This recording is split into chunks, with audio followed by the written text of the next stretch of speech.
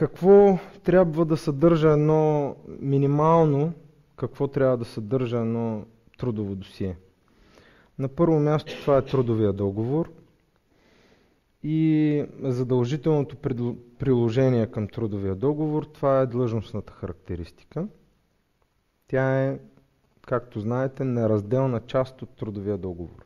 Информацията, която е конфиденциална за работодателя и не трябва да бъде разпространявана.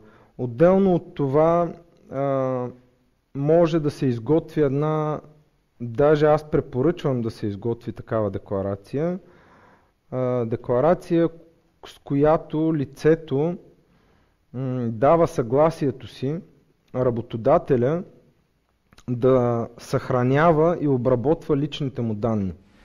Мисля, че също тези документи, които изброявам сега, също ги има на сайта на нашия Баланс.bg, откъдето може да си ги свалите и да ги използвате.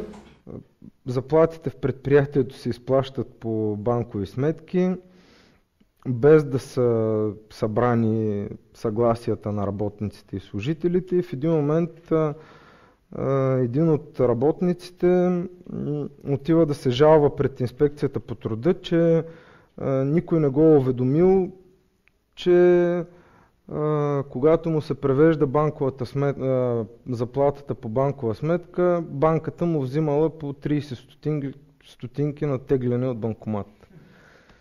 Задължително при проверка проверяващите изискват копия от правилника за вътрешния трудов ред, както и правилата за структурата и организацията на работната заплата в предприятието. Трябва да имате предвид, че в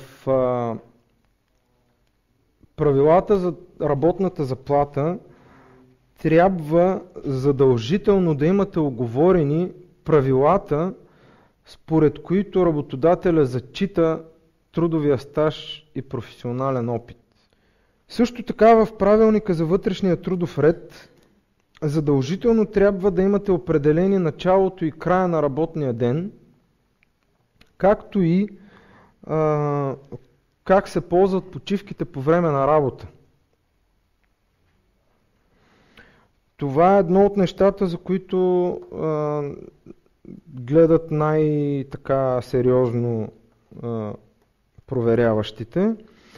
Особено когато в предприятието има лица, които работят в условията на сумирано изчисляване на работното време. Навсякъде, където влязат инспекторите от инспекция по труда, видят ли, че се работи на смени, казват сумирано изчисляване на работното време, край. И от това работодателите страшно много се страхуват. Няма абсолютно нищо страшно. По-лесно от сумираното изчисляване няма. Друго, което могат да ви искат от инспекцията по труда, това са копия на разплащателните ведомости. От тях естествено гледат дали сте начислявали най-вече процента за трудов стаж и професионален опит.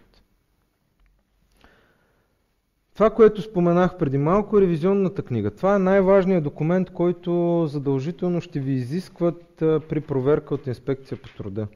Сега често се случва службата по трудова медицина само да направи протоколите, без да направи каквито и да било измервания, което след това при евентуална трудова злополука на мястото ще стане страшно.